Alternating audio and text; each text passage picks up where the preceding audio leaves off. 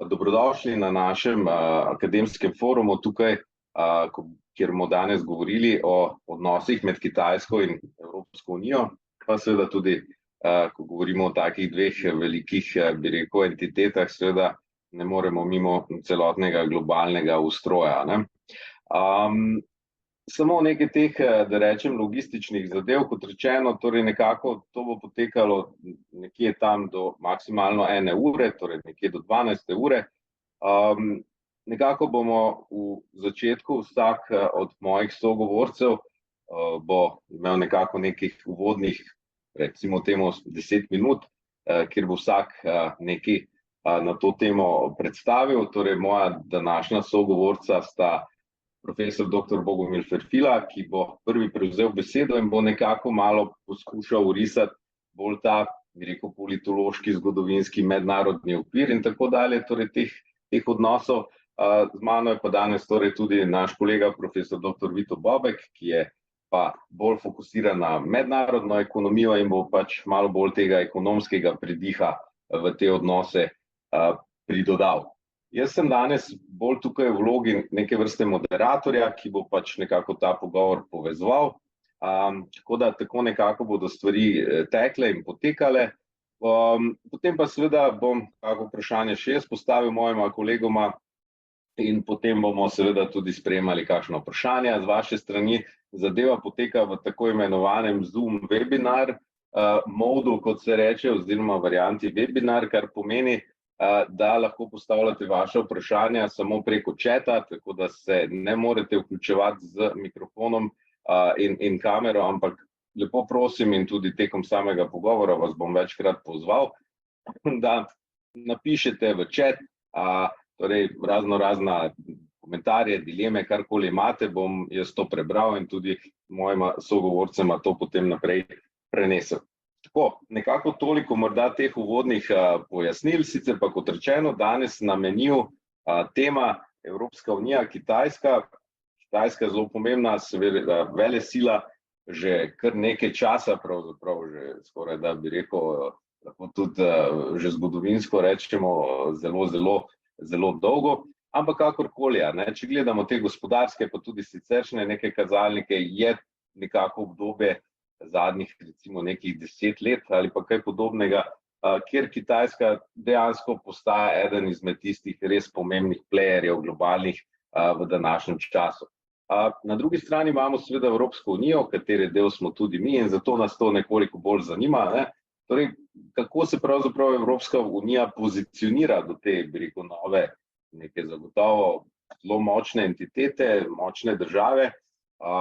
Imamo seveda neke tradicionalne transatlantske odnose, torej Evropska unija do recimo ZDA, pa seveda tukaj NATO sodelovanje in tako dalje. Kako pa pravzaprav Evropska unija tukaj noter funkcionira do, tako kot smo rekli, nekako do te velike močne velesile, kot je Kitajska.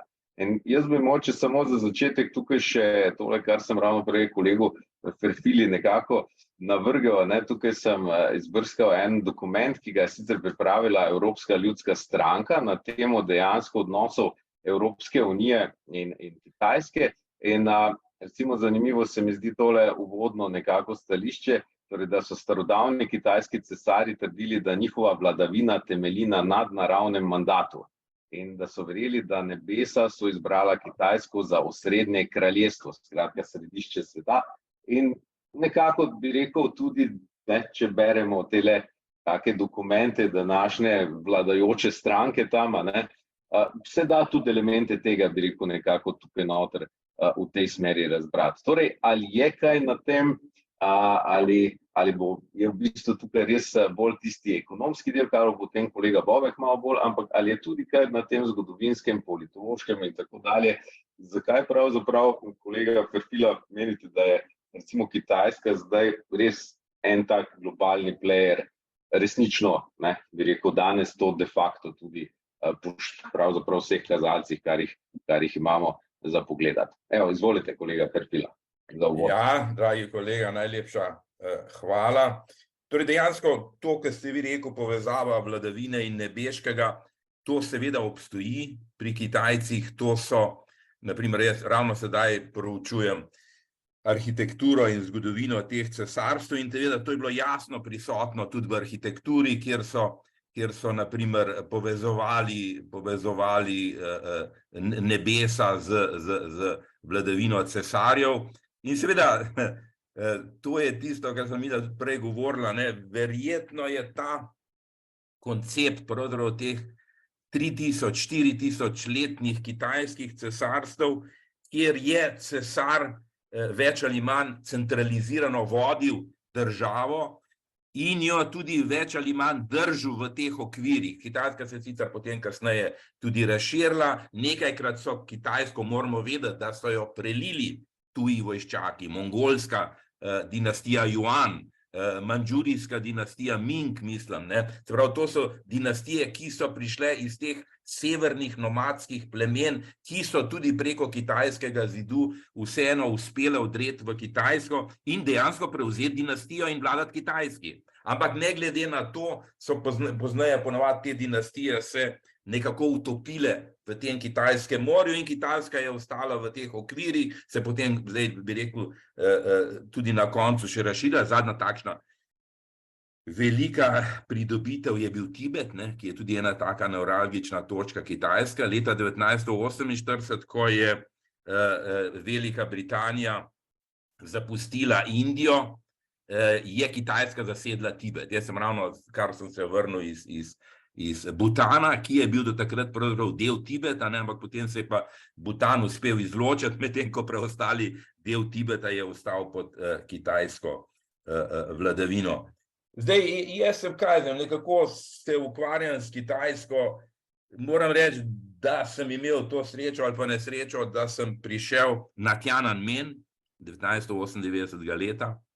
In od takrat naprej približno, torej po tem mojem receptu, da seveda eno je stvar spremljati v časopisih in knjigah, dober pa je v kakšne države tudi ad personam in videti, kako se stvari razvijajo. Tako da od takrat, na primer, spremljam Kitajsko, takrat sem bil prvič, zadnjič sem bil približno mesecem dni v Šangaju, ki moram reči, da me je osupnil, kako daleč so Kitajci prišli, torej kakšno poslovno središče, tu se ameriška in kitajska ameriška, japonska središča se skrijejo za Šangajem, tako da tudi na tej, bi rekel, osebnem standardu, torej so Kitajci naredili ogromno.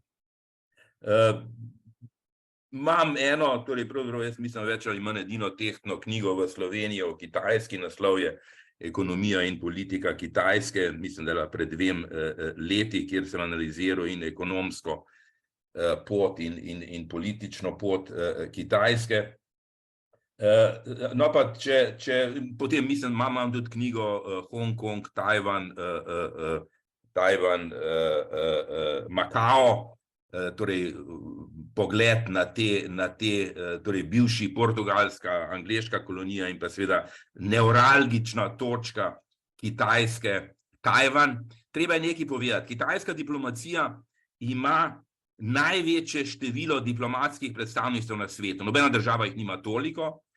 Ima jih, mislim, da okoli 170, 175, vendar seveda pogoj je to, da ne priznajo Tajvana. Načelo ene Kitajske pomeni, da se priznava samo to ljudsko republiko Kitajsko. Druga takšna, bi rekel, generalna značilnost kitajske diplomacije je, da poteka po dveh kanalih. Ena je, bi rekel, ta klasična diplomatska služba, drugo je diplomacija Kitajske komunistične partije. Kitajska komunistična partija, jaz se spomnim, včasih, ko sem hodil v Moskvo in tudi Jugoslavija je imela torej ogromno ambasado v Moskvo in pol skoraj te ambasade so zasedali, bi rekel, tedanji komunisti jugoslovanski, ker so vedeli, da se pravzaprav lažje dogovoriš s kitajsko partijo in bo ona potem to, bi rekel, transferirala, bi rekel, na državne organe. Je pa treba vedeti, da se zdaj teh komunističnih partij ni prav veliko. Zadnje, ki še obstajajo, je Vietnam, zdaj sem bil tudi v Laosu, je nekaj podobnega in pa seveda res nesrečna. Medtem ko Vietnam je primer ene cvetoče države, ekonomije, Laos tudi nekje medtem ko ta seveda Severna Koreja je pa neka tragična varianta tega komunizma. Ampak te kitajski kanali komunistične partije so se modernizirali.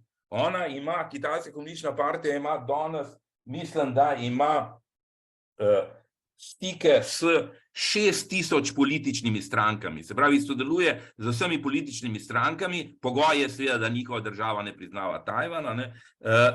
In teh 6000 strank, mislim, da v 60 državah, ta kanali, te komunistične stranke so še vedno pomemben diplomatski kanal. Zdaj, če gremo zdaj na relacijo Kitajska-EU, je treba nekaj povedati, ne? Žal, zadnja leta je ta odnos pravzaprav bistveno determiniran z odnosom Evropa-ZDA. Z začetkom vojne v Ukrajini je pravzaprav evropska varnostna arhitektura in strategija praktično povsem odpovedala in tu smo se več ali manj v celoti podredili ZDA in njenemu vodenju ukrajinske vojne. Edini, ki pravzaprav še skuša dvigniti glas proti temu, je francoski predsednik Macron, ki še vedno sem in tja kdaj reče kakšno, torej seveda v veliki meri tudi zaradi svojih tesnih povezav z Kitajsko, reče še kakšno o strateški avtonomiji Evrope, medtem ko ima pa nasproti njemu pa stoji en močen blok Poljska, Slovaška, baltske države, skandinavske države, ki govorijo, da je strateška avtonomija Evrope utopija in nerealna tvorba, kajti brez ZDA Evropa ne more obstajati. Se pravi, imamo te dva različna pola in bi rekel, celotna Evropa danes več ali manj koraka na ameriške viže. Amerika smatra, da za njeno vodenje vojne v Ukrajini ji mora biti Evropa hvaležna in se ji podrejati. In seveda glavno področje podrejanja je primer Kitajske, ne? Torej, evropska zunanja politika, se pravi evropska kitajska politika, naj bi sledila ameriški kitajski politiki. V ameriški kitajski politiki, v ameriški varnostni nacionalni strategiji je Kitajska opredeljena kot največja grožnja. Ne? Evropa ni hotela čist v celoti, torej, če pogledamo tudi raziskave javnega mnenja v Evropi, vidimo, da je velika večina Evropejcev na stališču, da je škoda prekiniti odnose s Kitajsko in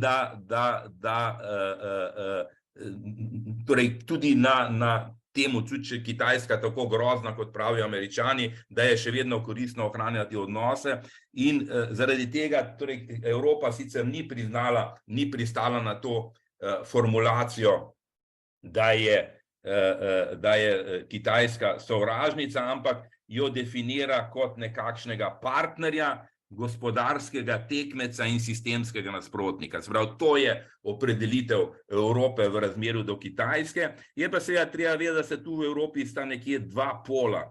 Ti imaš neko skupino vzhodnoevropskih držav, Litva, Češka, Poljska, torej v veliki meri pod, bi rekel, tem svojimi negativnimi izkušnjami s komunizmom, ki so, bi rekel, ostre nasprotnice Kitajske in v celoti podpirajo ta ameriški besednjak. Imaš pa potem drugo skupino držav, v kateri je tudi Madžarska, ne, ki je pod Orbanom, torej bolj se približuje, torej tako Rusiji kot Kitajski. Poleg nje sta to še Italija in Grčija, ki pa sta za mnogo bolj spravljive tone v odnosih s Kitajsko. Tu je seveda deloma razlog v tem, da je ta kitajska iniciativa svilene poti ali road, torej razvoj te kitajske trgovine z Zahodno Evropo v veliki meri fokusirana na te tri države. Vemo, da imajo Pirej, Italija je točka in tudi seveda Madžarska, Tako da tu je neka mešanica torej njihovih načelnih zunanjih politik in seveda nekih njihovih gospodarskih koristi. Kajti seveda, a veste, v strategiji Kitajske je zaradi upadanja stopnje gospodarske rasti ta strategija nove svilene poti zelo pomembna, kajti to je danes glavna avenija kitajskega izvoza. Oni z izvozom svoje delovne sile in z materialom, ki vgrajujejo tudi ta most na Hrvaškem, je bo tako zgrajen, pravzaprav nadomestijo tisto zmanjševanje kitajskega izvoza. Zdaj, drugače, še na koncu, da ne bom predolg, Kitajska, če pogledamo formalne opredelitve kitajske zunanje politike, so te opredelitve torej zelo miroljubne, oni v celoti podpirajo načela OZN, politiko neumešavanja, politiko enakega tretiranja velikih in majhnih držav, politiko neumešavanja v zunanje zadeve. Tako da, na primer, tudi ta Ukrajina je za Kitajsko izziv zaradi tega, ker po eni strani torej podpirajo rusko agresijo, čeprav več ali manj razen redkih izjav tega ne rečejo, torej tudi ne oskrbujejo Rusijo z orožjem, vsaj javno ne, čeprav prodajajo na primer ruski plin Evropi, vendar po drugi strani pa seveda ta vdor velike države v manjšo državo nasprotuje tem temeljnim načelom kitajske zunanje politike, ravno tako problematizacija, torej podpora te ruski manjšini, seveda takoj pri Kitajcih vzbudi paralele z muslimanskimi manjšinami Ujgurov in tudi v notranji Mongoliji v Kitajske, tako da to je pa stvar, ki jim seveda pri tem ruskem vdoru v Ukrajino ni všeč. Dobro, morda, ker sem presegel, torej ker sem ravno na teh 10 minutah, se končujem moj uvod. Dobro, super, najlepša hvala, kolega. Veliko je bilo povedanega, torej zajadrali smo tudi že malo v ta Belt and Road Initiative, ki je zagotovo ena izmed ključnih ekonomskih zadev in tukaj mi jaz potem besedo kar predal kolegu Bobeku, da mogoče malo še z tega bolj ekonomskega vidika malo kakšne te zadeve osvetli. Tako da izvoli, kolega Bobek. Hvala lepa, dekan, za besedo in hvala lepa tudi kolegu profesorju Ferfili za ta odlična izhodišča za današnji razgovor. Jaz bi morda na kratko samo pogledal v zadnjih 30 let ekonomskega razvoja, torej in potem seveda pogledal tudi v prihodnost, ker bom poskušal razviti nekaj zanimivih tez. Torej, če pogledamo nazaj, je zadnjih 30 let nedvomno izjemno uspešnih z vidika Kitajske. Vedeti moramo, da je kitajska ekonomija v času recimo reform Deng Xiaopinga konec 70-ih let bila na ravni približno $500 na prebivalca. Trenutno je ta BDP, torej po 30 letih razvoja, 13.000, približno zaokrožam številke, 13.000 nominalno oziroma 19.000 po kupni moči na prebivalca.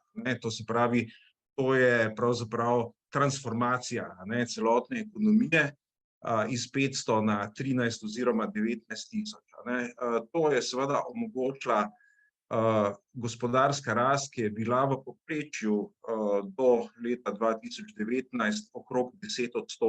V posameznih letih je to stopnjo celo presegala.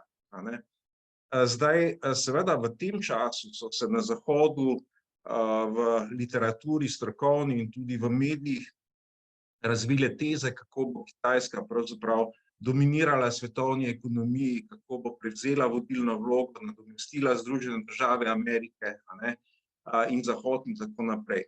Jaz sam gledam na situacijo, bodočo situacijo Kitajske stališča, da so pravzaprav najboljša leta Kitajske mimo in da bodo stopnje gospodarske rasti bistveno nižje v prihajajočih desetletjih. Spomnil bi samo, čeprav danes ne govorimo o Japonski, bi spomnil na Japonsko. Če bi sledili vzhodno literaturo v 80. letih, bi videli precej podobne napovedi, kako bo Japonska prehitela Združene države Amerike, postala vodilna sila in tako naprej, prav na temelju njihovih izjemnih stopenj rasti po letu 1955. To, kar se je zgodilo na Japonskem za konec leta 1991, s finančno krizo, se je nadaljevalo potem v tako imenovanih izgubljenih 2 desetletjih. In če je Japonska imela še leta 2000 višji BDP na prebivalca per capita od Združenih držav Amerike in približno 40% višjega od Nemčije, je pravzaprav nizka gospodarska rast potem po letu 1991 je znašala le nekaj rahlega nad 1% letno, skupaj z finančno krizo, z potresom, z cunamijem, jedrsko katastrofo v Fukušimi in potem s covidom, je njihovo gospodarstvo uplahnilo s 5,3 bilijona dolarjev na 4,3. In glavni vzrok, in tu je pravzaprav so paralele zdaj s Kitajsko, glavni vzrok za ta upad je tako imenovana japonska bolezen. To pomeni izrazito slaba demografija, strukturni problemi in prezadolženost gospodarstva. In točno o teh zadevah govorimo tudi v primeru Kitajske. Spravi, Kitajska se sooča z nekaterimi številnimi strukturnimi gospodarskimi težavami in izzivi, ki jih seveda vlada obravnava z različnimi reformami in političnimi pobudami. In če morda naštejem nekaj ključnih. Torej, Kitajska je zelo oziroma pretirano odvisna od izvoza in naložb v osnovna sredstva kot gonilo rasti.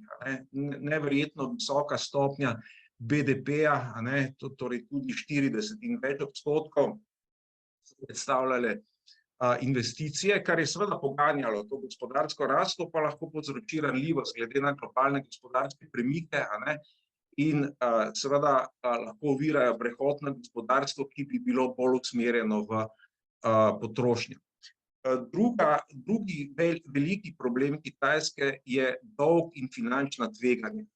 Ta hitra kitajska kreditna ekspanzija in visoka raven dolga podjetij in lokalnih oblasti so pravzaprav vir zaskrbljenosti. Torej, kitajski javni dolg ni visok, ni problematičen, je pa skupni dolg izjemno problematičen in presega 320% kitajskega BDP-ja. In to, kar bode v oči, nekdo lahko reče, se tudi razvite države, recimo ZDA, Evropska unija in tako naprej, so dolžne pa več kot 400% svojega BDP-ja. Zopet poudarjam, ne govorimo o javnem dolgu, ampak o skupnem dolgu. Vendar je tukaj bistvena razlika. Kitajska se je prezgodaj prezadolžila. Če mi pogledamo recimo ameriško zgodbo, je ta prezadolžitev nastopila pri približno 40.000 dolarjih na prebivalca, na Finskem pri 30.000 in tako naprej, na Kitajskem pa med približno pri 10.000 dolarjih.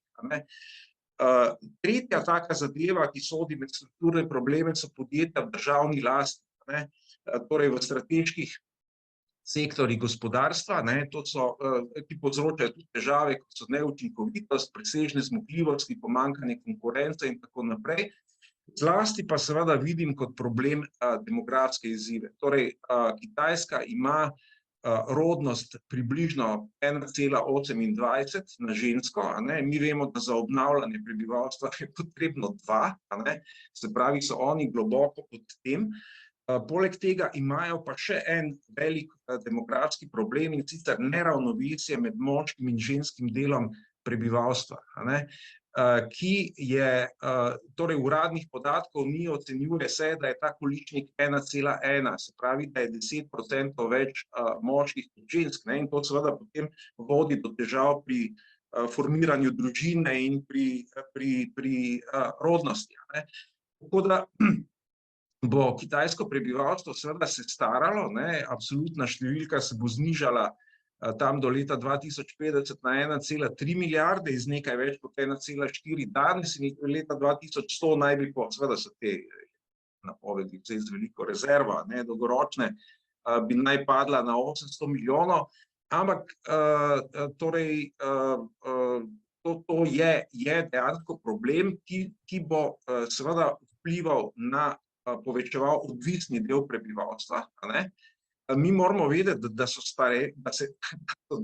torej zahodna zgodba je, da najprej obogatite in se potem postarate. Torej dosežete raven recimo 30, 40, 50 tisoč dolarjev in potem se postarate. Namreč ni pa mogoča obratna zgodba, postarati se in obogatiti, ker za višanje BDP-ja potrebujete seveda aktivno delovno silo. Tako da to bo problem. Okoljska trajnost, seveda Kitajska ima približno 25% površine, ki bi jo lahko okarakterizirali kot kraško, to pomeni z veliko propustnostjo, torej tanka plast zemlje, izpostavljena eroziji, propustnost teh kamenin, podtalnic in tako naprej, onesnaženje zraka tudi v mestih, kar vpliva na njihove, bi rekel, tudi zdravstvene kazalnike. In pa seveda to, kar je, jaz se absolutno strinjam z profesorjem Ferfilo, ko pridete v ta kitajska središča, je, bi rekel, pogled oziroma vtis osupljiv, vendar pa moramo vedeti, da obstaja na Kitajskem velik razkorak med podeželjem in mestom, v smislu dohodka, v smislu dostopa do zdravstvene oskrbe, izobraževanja, socialnih storitev, da največjih 60 mest kitajskih, moramo vedeti seveda, da Kitajska ima čez 220 milijonskih mest, torej največjih 60 kitajskih mest ustvarja približno polovico kitajskega BDP-ja. Skratka, morda še en problem, da ne bom predolg, tudi finančne reforme, torej Kitajska se je lotila reform finančnega sektorja.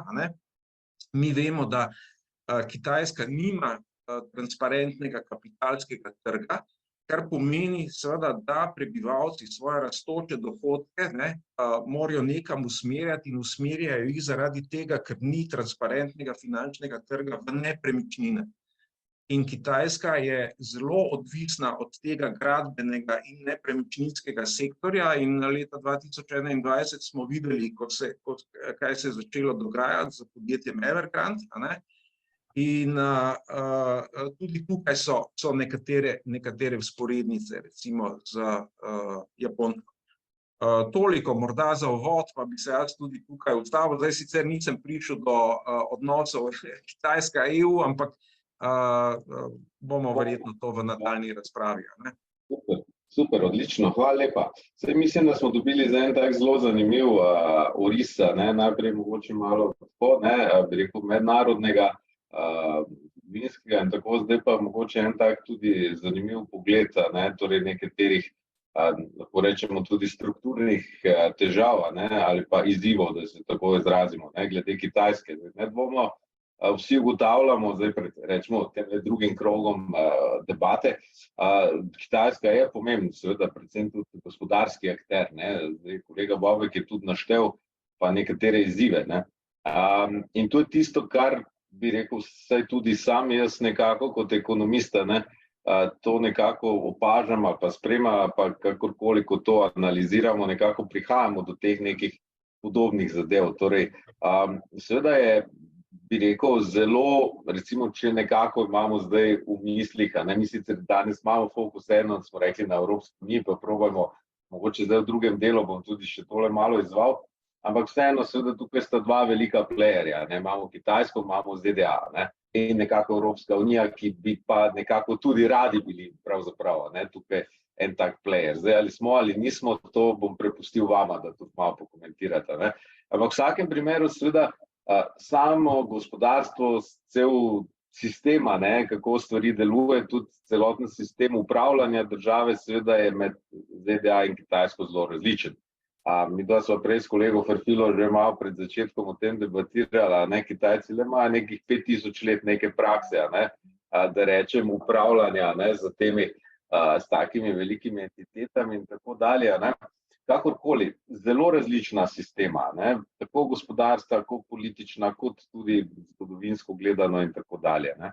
Tako da to moramo imeti nekako, bi rekel, misli, ko te stvari gledamo, ampak recimo, ne, kot, da vseeno malo napeljemo na to zgodbo na Evropsko unijo, ne, jaz sem tule malo brskal in sicer so tamle konec junija, recimo sem izbrskal, ne, so gospodarski ministri Nemčije, Francije in Italije torej objavili poziv k večjemu sodelovanju držav članic in, kar je eksplicitno zanimivo za nas, k manjši odvisnosti od Kitajske, ne, prav eksplicitno, ne, poziv teh treh držav, ne, kjer pa recimo gre za 3 največja gospodarstva, ne, evropska, kljub vsemu, ne, torej, kar ima nek pomen, ne, da tako rečemo, ne, vseeno. Torej, kako mogoče pa zdaj v luči tega, ne, nekako smo zdaj Kitajsko, pa malo ta globalni vidik zagotovo, ne, kako pa torej recimo ocenjujete vidva res ta naš, ne, tukaj smo pa potem mi zraven, Evropska unija, ne, zdaj kolega Ferfila je že nekaj omenjal o teh dimenzijah zunanje politike,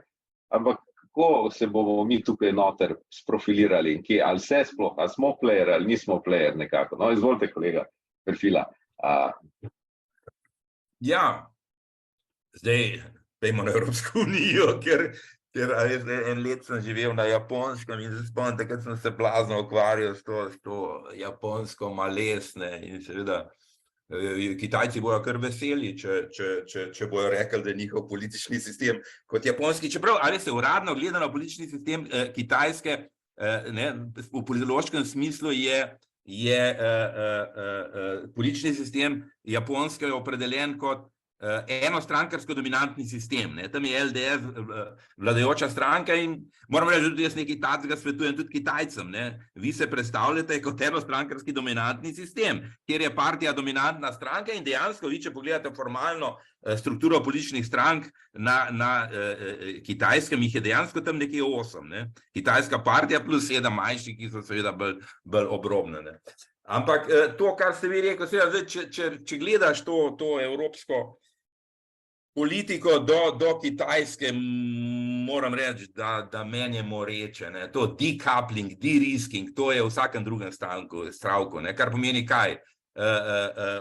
Pretrgati odvisnost od kitajskih dobavnih verig. Zakaj? Ja, zato, ker med covidom se je pokazalo, da smo mi preveč odvisni od Kitajske in Kitajski bojo to, ne vem kaj naredili, invazijo naredili. Zdaj sem bil, pred kratkim sem bil v Južni Koreji, pa sem šel gledati tiste tunele podzemne, ki so jih severni Korejci kopali, da bi vdrli v Južno Korejo. Ne.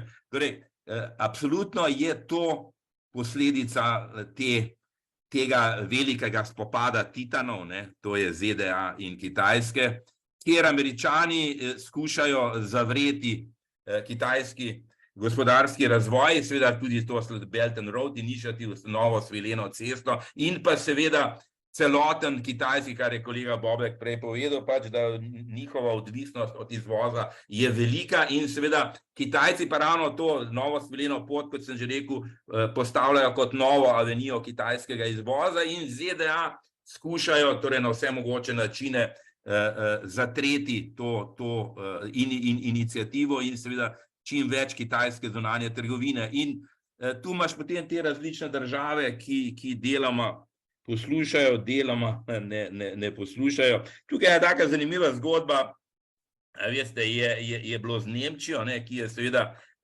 ena takšna najbolj, bi rekel, področje, ki sedaj zadnje čase med Evropo in Kitajsko prihaja v prvi plan, je področje avtomobilske industrije. Ne. Jaz se spomnim, Kitajci že desetletja pravzaprav sploh niso razvijali klasičnih avtomobilov, ampak samo električne. In seveda, kaj je danes? Danes imaš to, da so, jaz sem bil zdaj, ko sem bil v Nepalu, sem imel stari kitajski avtomobil sem imel, ne. In je bila njegova baterija, je zdržala 400 kilometrov. Zdaj, če gledaš nove francoske avtomobile, imajo novi francoski avtomobili baterijo za 250 kilometrov, ne. Torej, dejansko na tem področju so si Kitajci nabrali, jasno, da je bilo tudi nekaj tukaj državnih spodbud, ne. Tukaj, na primer, zadnji nemški, sem gledal dokument, ki so rekli, treba je začeti preiskavo, mislim, da je nemška zunanja ministrica iz Levice rekla, treba je začeti preiskavo kitajskega državnega financiranja razvoja avtomobilske industrije, po drugi strani so pa Nemci ravno tako objavili državno podporo razvoju industrije. Mislim, jasno, da gre in v evropskih proizvajalcih avtomobilov in pri kitajskih proizvajalcih avtomobilov gre za državne subvencije in to je neko spolsko področje, vendar tu imajo Kitajci prednost, ker vem, da so desetletja vlagali v električne avtomobile in zdaj je glavna panika, kako zapreti evropski avtomobilski trg pred izvozom kitajskih avtomobilov, ki narašča torej iz leta v leto v 10 tisočih in 100 tisočih. Tako da ta de-risking, decoupling, se pravi oddaljevanje od Kitajske, je neka ameriška strategija, ki jo pač zdaj, kakor imate odnos do teh treh velesil, nekateri podpiramo, nekateri smatramo, da ni dobra. Torej, je pa tukaj neka zanimivost, ne, lejte, tega se morda ne ve, jaz sem to v tej moji knjigi, torej dosti podrobno analiziral, ne, ko so Kitajci začeli se dogovarjati in se spoprijateljili od Nixona naprej in Kissingerja naprej za ZDA, so oni ogromno elementov, seveda zgolj gospodarskega sistema ZDA vnesli v svoje, položaj delovne sile, sindikati, plačilo nižjih slojev, torej to je vse kopija ameriških prijemov in oni so v bistvu kitajsko gospodarstvo v veliki meri razvili z ameriškimi gospodarskimi recepti, tega se ne ve. In seveda tudi v političnem smislu morate nekaj vedeti, ne. To je, isto je Vietnam in Kitajska, isti primer je. Torej, tukaj gre vladajoči stranki, v obeh primerih komunistični partiji, predvsem zato, da ohrani, bi rekel, monopolni položaj na vrhu, na nižjih nivojih. Oni dopuščajo, lejte, ena zanimiva stvar, ki verjetno ne ve dosti ljudi. Kitajci so kopirali jugoslovansko samoupravljanje. Prenesli so ga v podjetja in tudi v mesta, se pravi, oni skušajo na teh nižjih nivojih razvijati tudi neko participativnost, če hočete demokracijo, imajo številne advokate človekovih pravic, vendar ta stvar se neha na vrhu. Na vrhu nočejo nobene konkurence komunistične partije, ampak na nižjih nivojih je pa njim vseeno. No in zato Vietnam je na primer takšen primer, torej neverjetne gospodarske aktivnosti, vse cveti, vse je dovoljeno, samo ne smeš kritizirati torej komunistične partije. Spomnim se, ko sem srečal enega turističnega vodiča, je rekel, sem bil 2 leti v zaporu, ker sem nekaj čez rekel. Ne. Se pravi, ampak vse ostalo je pa dovoljeno. Ne. In ta model je dosti prisoten tudi na Kitajskem, tako da v tem smislu je tudi Kitajska neka mešanica. Ni zgolj, bi rekel, tista vladavina cesarjev, ne vem, 50-ih dinastij, ampak vzamejo iz sveta tisto, kar se jim zdi koristno. Ja, hvala lepa za to. Torej, bi lahko rekli, torej neke vrste cherry pickinga, ne, so pobrali, rečemo, iz vse poskušajo nekaj, da je vzeti, to je, bi rekel, da je tudi pri proizvodih nekako bila neka praksa v preteklih desetletjih. Mogoče preden predam besedo Boveku, tu sta 2 komentarja v chatu. Torej, najprej je bil komentar v smislu, da Kitajska in Japonska, v smislu, da Kitajska lahko, seveda za razliko od Japonske, nadomesti zaradi svojega velikega notranjega povpraševanja ta manko, ki ga pač Japonska recimo takrat ni mogla, ne. Skratka, ter da ji vojna v Ukrajini zmanjšuje stroške energentov in pa tu so bili potem izpostavljene še države BRIC, predvsem Indija, ki je tudi pač neke vrste kot neka velesila in pa vprašanje svetovne valute, torej juana kot takega, ki ga zdaj recimo Rusija do neke mere že tudi tako nekako uporablja, ne. Zdaj jaz sicer tukaj, preden predam kolegu Bobeku, seveda zanimivi komentarji, bi rekel, jaz velikokrat, ko se takole študenti pogovarjamo, bi rekel zelo nazorno in plastično rečem, da ja, tista svetovna valuta je tista neka svetovna rezerva, v kateri se zaenkrat še nafta pač nekako merja, ne, torej soček nafte se izraža še vedno pač vemo v kateri valuti, ne. Je pa res, seveda, ne, je pa res, da pač najbrž vse bolj pomembno postaja tudi kitajska valuta. Ampak izvolite, kolega Bobek. Lahko sam en stavek, sam tisto, ki je profesor Bobek prej vse naštel, tiste torej kitajske strukturne probleme. In tukaj sem jaz, torej se spomnim, pred kratkim so me Kitajci zaradi tega tudi dali na, torej oni imajo ta njihova agencija Xinhua, ki je prisotna v vseh državah na svetu, ima neko listo izjav, ki so seveda Kitajcem povšeči.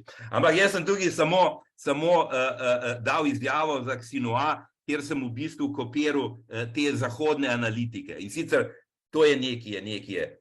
In sicer to, da pravzaprav mi lahko kritiziramo vse akumulacijo komunistične avtorite, ne vem kaj, ampak narodni menedžment kitajskega gospodarstva je tako uspešen, da kljub vsem problemom, ki se seveda pojavljajo in jih imamo tudi v številnih drugih državah, ta kitajski narodni menedžment zaenkrat zelo učinkovito razrešuje vse probleme in pravzaprav zahodni analitiki ne morejo priti do tega, zakaj. Ne morejo niti ugotoviti natančno njegove sestave, jasno, da gre tu za neko mešanico partijskih in državnih struktur, ampak ta kitajski narodni menedžment je izredno uspešen, kar je seveda glavni razlog tega, kar je profesor Bobek prej naredil, teh visokih stopenj gospodarske rasti. In zdaj je seveda vprašanje, če bo zdaj ta kitajski narodni menedžment res zatajil in se bo Kitajska ustavila, ker seveda mi lahko rečemo, primer je Japonska, ampak ti lahko rečeš tudi primer je Singapur, primer so druge države s kitajsko večina, ki se pa, bi rekel, tudi naprej še vedno hitro razvijajo. Hvala. Hvala lepa. Ja, torej, ali bo to delovalo? Ne, se vprašanje glede tega, tu smo si enotni, ne, da najbrž je ta model bil uspešen. Ne. Vprašanje pa je, ali zdrži. Ne. Torej, evo. Hvala lepa. Jaz bi zdaj šel mogoče malo na odnose EU-Kitajska. Če bi jaz sicer morda z enim stavkom sem skeptičen malo, zato ker tu gre za spremenjene paradigme. Ta sistem je, tako kot sem sam rekel, nedvomno deloval do sedaj, v tej fazi hitre industrijske rasti, varčevanja, vlaganje in tako naprej. Malo bolj sem skeptičen, da bo to delovalo v neki ekonomiji, ki naj bi temeljila na znanju. Ampak kakorkoli že. Zdaj, če pogledamo te odnose med Evropsko unijo in Kitajsko, je leta 2022, če pogledamo zadnje podatke, Kitajska tretja največja partnerica pri izvozu blaga iz EU in približno 9% delež in največja partnerica pri uvozu blaga, torej približno petina EU uvoza pride iz Kitajske. In med državami članicami je Nizozemska največja uvoznica blaga, to moramo vedeti, to je statistični podatek in je zaradi pristanišča v Rotterdamu, ki je pomembno. Nemčija je pa največja izvoznica blaga na Kitajsko. Se pravi, tu so številke dobre, visoke, vendar pa je problematično področje neposrednih tujih investicij. Kumulativni tokovi iz EU na Kitajsko so v zadnjih 20 letih dosegli 140 milijard evrov, v obratni smeri, torej kitajskih investicij v EU pa približno 120 milijard. Se pravi, tu smo neprimerno bolj uravnoteženi kot na področju blagovne menjave, vendar pa je ta številka po moji oceni relativno skromna glede na velikost in potencial kitajskega gospodarstva. In tu je seveda niz nekih dejavnikov, ki na to vplivajo, od ovir za dostop do trga, kjer je Kitajska ohranjala omejitve v različnih sektorjih, tudi regulativno okolje, ki je veljalo pogosto za zapleteno, premalo pregledno, tudi na koncu koncev že omenjene geopolitične napetosti, dvostranske razlike. Imamo EU, ki je pač sestavljena iz 27 držav in imamo na drugi strani eno državo, in pa seveda tudi alternativne naložbene destinacije, kjer se pač evropska podjetja odločajo za vlaganje v Vietnam, Indijo in tako naprej, torej iščejo neke neke alternative. Te na kratko pokomentiram še projekt nove svilne poti, oziroma BRI, Belt and Road Initiative, ki naj bi seveda ogromna kitajska vlaganja v te 3 pasove, ki naj bi pohitrile, povečale transportne kapacitete na tej poti. Logika seveda tega projekta stoji. Mi moramo vedeti, da danes recimo transport kontejnerja blaga iz Šanghaja v Rotterdam traja približno 40 dni, v normalnih razmerah, torej brez nekih zapletov na poti. Po, bi rekel, železniški povezavi, če bi bila ta svilna pot vzpostavljena, pa bi se to dalo napraviti v 14 dneh, kar bi seveda odprlo zelo zanimive izvozne možnosti za evropsko gospodarstvo, recimo na področju prehrane in prehranskih izdelkov, ker je 40 dni sedanjih enostavno preveč pri pokvarljivem blagu. Vendar pa seveda zaradi teh, bi rekel, tudi strateških nesoglasij zdaj prihaja do zapletov. Zadnje informacije, ki sem jih videl, je, da Italija razmišlja o tem, da bi izstopila iz te iniciative, ker mi vemo, da je bilo, mislim, da 17+1 ali takšna je bila neka formula na evropski strani. Zlasti pa vidim tudi prihajajoče obdobje kot težavno v trgovinskih odnosih, delno zaradi tega, ker se bo to, kar je bilo prej rečeno, Kitajska je bila uvoznik avtomobilov iz Kitajske oziroma iz EU. Mi moramo vedeti, da je Volkswagen napravil približno 40% celotnega svojega prometa globalnega na Kitajskem, da je velika nemška premium trojica, torej BMW, Audi, Mercedes, odvisna od kitajskega trga med 33 in 23 odstotki, najmanj Mercedes 23, glede ustvarjenega dobička.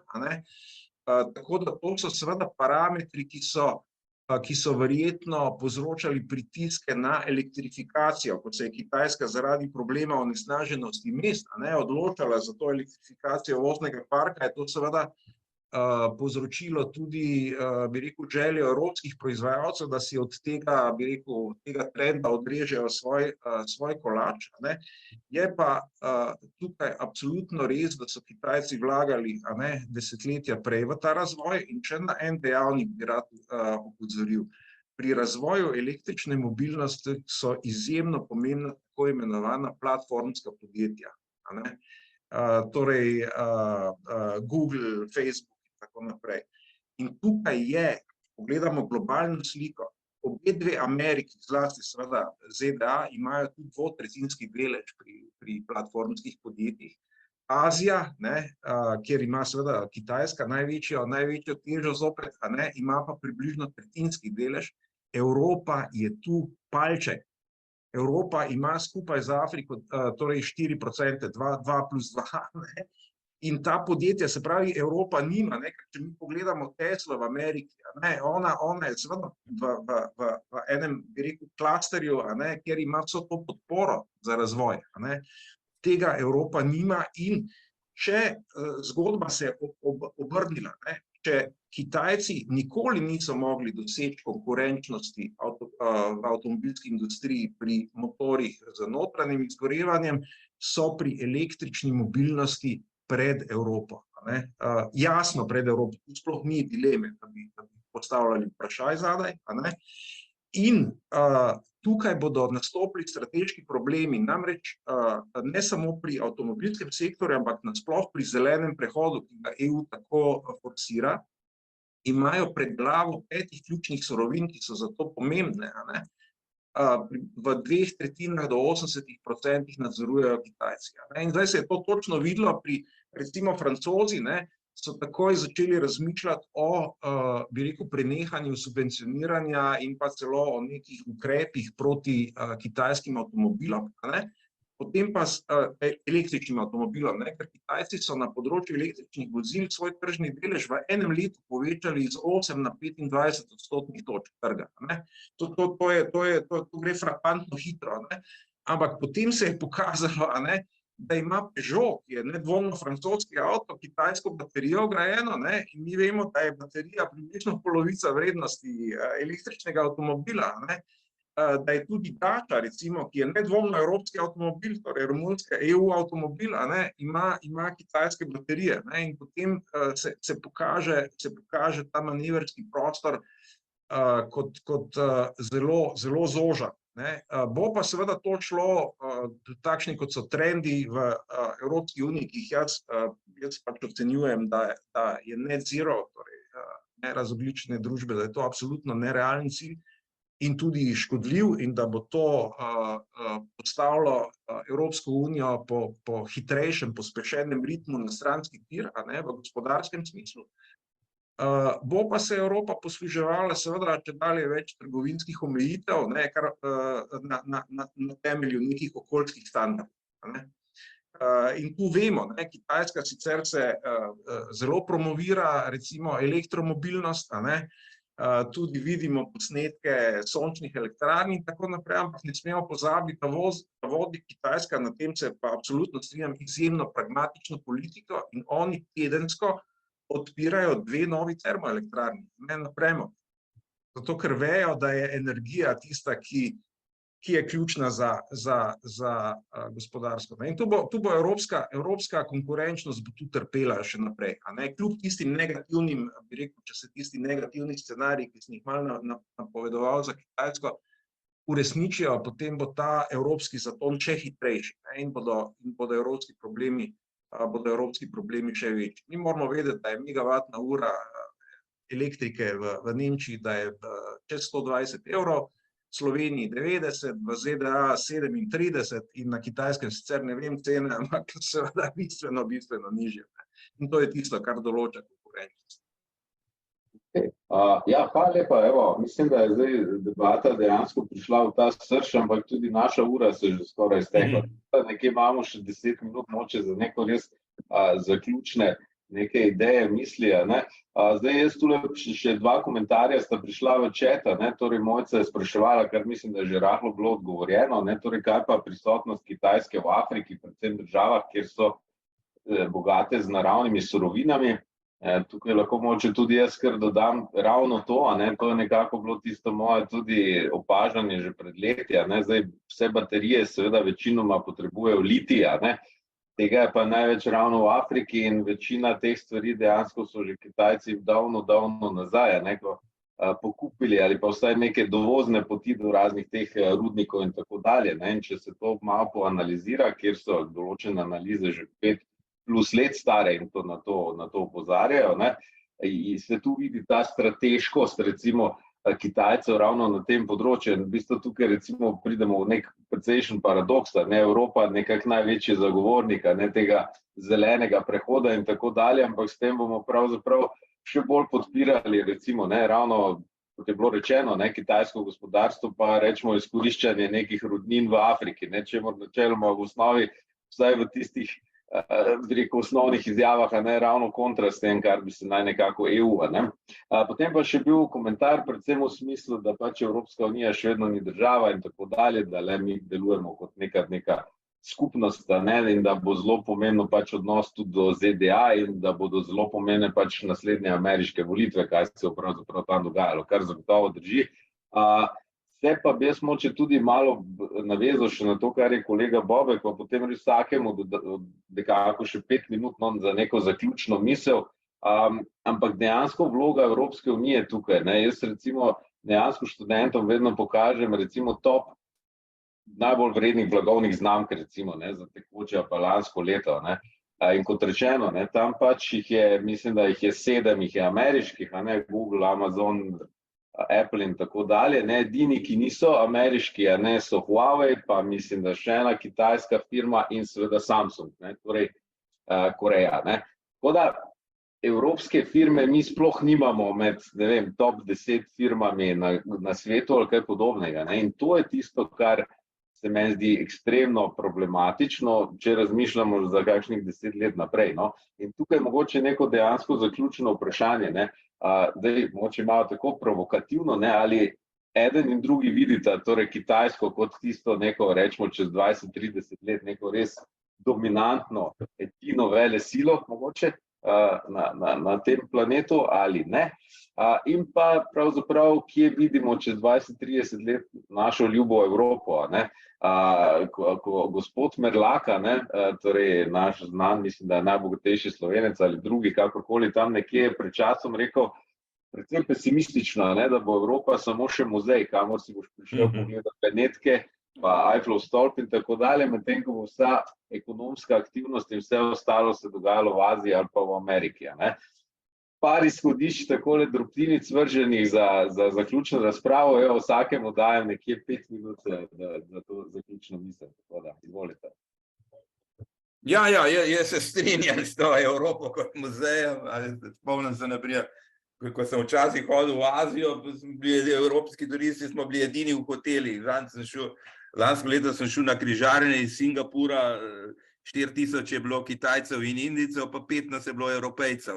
Torej, lepo se to vidi. Druga stvar je dejansko to, torej, ta blokada, ne, kar je profesor Bobek tudi govoril, ne, zdaj je s to ukrajinsko vojno in s to agresivnim odnosom ZDA do Evrope, ne, kar so tudi nekateri študenti spraševali. Glejte, Nemčija sedaj se govori o Nemčiji kot gospodarskem bolniku Evrope, kar je lepo, zakaj se lepo vidi s cenami energije. Eden od stvari, seveda, ki je vplivala na takšen porast energetskih stroškov v Nemčiji, ne, razstrelitev Severnega toka. Zdaj, seveda Američani pravijo, da ga niso razstreljali, ne, ampak en dan prej je Biden rekel, jutri bo Severni tok nehal obratovati. Nad Severnim tokom so videli ameriške in poljske helikopterje in potem je počel. Zdaj, razstreljili so 3 cevi, ena še vedno deluje, ampak Nemci se ne upajo več uporabljati, ker verjetno so Američani proti temu. In kaj imamo? Torej dejansko Nemčija kot motor Evrope je v krizi. Tako da zdaj, če se bo to problematiziralo še na nemški položaj na kitajskem trgu, torej dejansko lahko se to zgodi, torej to silovito zaostajanje Evrope, ki je seveda, zakaj takšen dominantni položaj, ravno zaradi tega, kar so študente spraševali. Evropa dejansko nima tega vojaškega hardvera in tu smo mi povsem bosi in povsem odvisni od Amerike. Glejte, verjetno se nobeden več od nas ne spomne izjave Gorbačova, ki je postavil vizijo, ki jo se sedaj pa takoj negirana, ampak on je govoril o Evropi od Portugalske do Vladivostoka. Seveda, največji, torej jaz vedno trdim, zgodovino študij te ameriške politike do Evrope, največji nightmare, največja zloslutnja Amerike je, da bi Rusija prišla v Evropo, bile so tudi, a veste, konkretni, skoraj so se začeli pogovarjati o tem, ali Rusija morda sodi v Evropsko unijo, ali Rusija morda sodi v NATO, ampak to, seveda, v tej hladnovojni miselnosti, torej je to s strani ZDA izključivo, torej nesprejemljivo. Seveda, z vidika Evrope, če pa pogledamo te ruske potenciale, energetske, prostorske, ne vem kakšne, je morda to opcija, ki bi bila ekonomsko morda ugodnejša kot povezava z Ameriko, vendar zaenkrat seveda o takšnih opcijah ni, torej niti dovoljeno razmišljati, če pogledamo popolno prevlado poročanja zahodnih medijev, torej tudi v Sloveniji in po celi Evropi, in pa torej realno gledano, seveda sedaj pod Putinom takšne opcija spet ni gotova, vendar seveda Putin se lahko umakne. Zanimivo je bilo ravno ta obrambni minister Rusije Šojgu je mišljen kot nekakšen naslednik Putina. Zdaj verjetno, odvisno kako se končala ta operacija v Ukrajini, ali bo propadel, ali bo njegov ugled zrasel, ampak to je ena taka opcija za zamenjavo Putina. Dobro, kolega Bobek. Hvala lepa. Jaz bom pravzaprav kratek. Kakšno bo razmerje, bi rekel, na dolgi rok, na 20-30 let med temi ključnimi akterji, je zelo bi rekel, tvegano napovedovati, ne samo zaradi tega, ker smo videli, da je bi rekel, sam razvoj na Kitajskem v bodočih desetletjih v tem trenutku težko napovedati, ne. Sam mislim, da bo Kitajska težila k tem nizkim stopnjam rasti in da se bo soočala z notranjimi problemi, kar bo seveda jo odvračalo od te dominantne vloge ali od prevzema dominantne vloge v svetu. Ampak na drugi strani je ta situacija, kakšen bo položaj Kitajske, seveda odvisno tudi od tega, kar bodo počeli njeni konkurenti, ZDA in Evropska unija, kot bi rekel glavna dva, zlasti seveda ZDA. In jaz nisem optimističen z temi politikami, zgrešenimi monetarnimi politikami, z zgrešenimi energetskimi politikami, z spodkopavanjem, bi rekel, tudi samega ustroja družbe, ki je delovala uspešno v zadnjih stoletjih, vidim lahko tudi nedvomno hiter zaton Evropske unije, torej marginalizacijo Evropske unije in nedvomno ekonomsko. Mi moramo vedeti, da je bila še v času tam pred zadnjo finančno krizo, pred 2008, Evropska unija 6-krat večje gospodarstvo od Kitajske. 6-krat večji BDP je imela, zdaj smo približno izenačeni, torej EU27 za Kitajsko. Se pravi, ta marginalizacija Evrope, tudi na drugih področjih, recimo pri polprevodnikih ima Evropa slabih 10% delež. Polprevodniki so ključna zadeva v svetovni ekonomiji.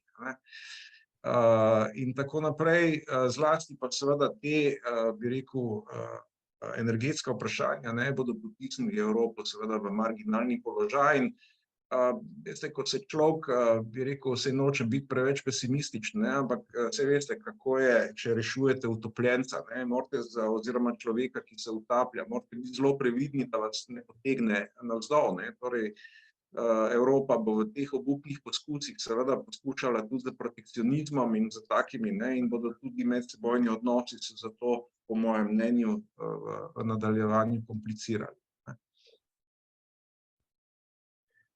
Sam še en podatek, ki ga je profesor Bobek govoril o zaostajanju v primerjavi Evrope s Kitajsko.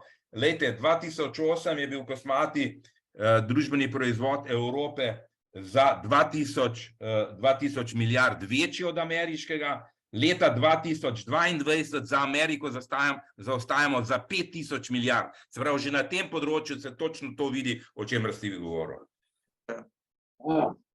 Morda še, hvala lepa za to, morda še samo en kratki komentar, kolega Justinek je prej rekel, 10 najvrednejših blagovnih znamk. Podobno situacijo dobimo, če pogledamo tudi 10, 20, 50, ali pa če pogledamo Fortune 500, torej lestvico 500 največjih podjetij, vidimo, in tudi če pogledamo lokacijo, torej kje so sedeži teh podjetij, vidimo, da je v preteklosti dominiral New York, kjer je bilo lociranih največ multinacionalk, zdaj je pa to že, mislim, da je na 3-4 leta nazaj to Peking, torej kot sedež največjega števila multinacionalk z liste Fortune 500. Se pravi, če pogledamo te liste blagovnih znamk, če pogledamo platformska podjetja, če pogledamo Fortune 500, bomo videli ta neverjetni in pa seveda te podatke o BDP-ju, te zadeve so frapantne. Jaz sem zadnjič tudi sam videl, da če se bo nadaljeval ta negativni trend v Evropski uniji, potem bo razkorak med ZDA in med Evropsko unijo čez 15 let takšen, kot je danes med Evropsko unijo in Indijo. To so neverjetni, bi rekel, preobrati. Ja, hvala lepa obema, nekako, bi rekel, kot moderator nisem ravno najboljšega posla opravil, smo malo čez, ampak nič hudega. Se mi zdi, smo veliko stvari odprli in nekako tukaj, ko se pogovarjamo pri nas v Evropski uniji, je velikokrat ta pravni vidik, ta ustroj vseh teh pravic in tako dalje, kjer seveda kolegi moji velikokrat zelo pozitivno, nekako zelo optimistično, nekako smo, bi rekel, nosilec vseh teh idej nekih, človekove pravice in vse te zadeve, ne, kar je seveda zelo lepo in zelo pomembno. Mi je pa zanimivo, da kadarkoli mi malo tole, bi rekel, tematiko obrnemo v ta real politiko ali pa malo v ekonomijo, ne, pa se naša debata takole kar malo, bi rekel, malo bolj potemnija, ne, kot tudi današnja danes. Kot rečeno nekako, no, vkljub vsemu, da zaključimo nekako, bi rekel, nekim pozitivni noti, ne, kljub vsemu, teh stvari se zavedamo v Evropi, kot rečeno, vsi ti praktično kazalci, ki so, ne, kažejo, da Evropa je tista, torej Evropska unija, ki nekako tukaj postaja najšibkejši od te triade, ne, in kazalci se nič ne obračajo, ne, v zadnjih letih, ne, ampak bi rekel, če kaj, ne, je pozitivno vse to, da to se vsi nekako zdaj že zavedamo, ne, mislim, da se o tem veliko govori, veliko se piše in mislim, da tukaj nekaj bo zagotovo potrebno storiti, ne, tako da jaz nekako ne bi želel, ne, kot sem tudi nekje, mislim, da nedavno prebral, da pridemo v situacijo, ne, nekako od nekaj tisočletij, recimo vsaj z vidika Evrope je bil Sredozemlje, ne, Mediteran, tista, stari Egipt, ne, pa tako, ne, tisto osrčje, pa Rimsko cesarstvo, pa Grčija in tako, ne. Potem z velikimi odkritji, ne, se vse selilo na Atlantika, ne, torej rečemo, ne, nekako nekateri govorijo, da pa zdaj prihaja obdobje Pacifika, ne, torej med, ne, Amerikama in Azijo nekako, ne, da prihaja to neko obdobje, ne. Zdaj zavedamo se, bi rekel, kaj so izzivi, kaj je za narediti, slišali smo tudi, kaj so izzivi na Kitajski. Jaz sem nekako namenoma danes to razpravo hotel, da se izognemo raznim temam v Ukrajini ali pa Ameriki preveč, da res se moče na ti dve, ne, bi rekel, Evropsko unijo pa Kitajsko, zato smo tudi večino časa temu posvetili. Zdaj 10 minut smo čez, tako da jaz tukaj nimam zdaj kaj drugega, kot da se zahvalim obema mojima sogovornika, mislim, da smo veliko zanimivih stvari odprli. Zahvalil bi se tudi vsem, ki ste komentirali, postavljali vprašanja, vsem sodelujočim, ki ste nas poslušali. Zadeva bo tudi na našem Facebooku še naprej ostala, tako da si lahko tudi za nazaj pogledate, kdor si bo to želel, tako da vsem skupaj res želim prijeten dan. Mojima sogovornikoma pa res še enkrat prisrčna in lepa hvala, da ste si vzela čas in sodelovala v tej razpravi danes. Tako da lep dan vsem skupaj.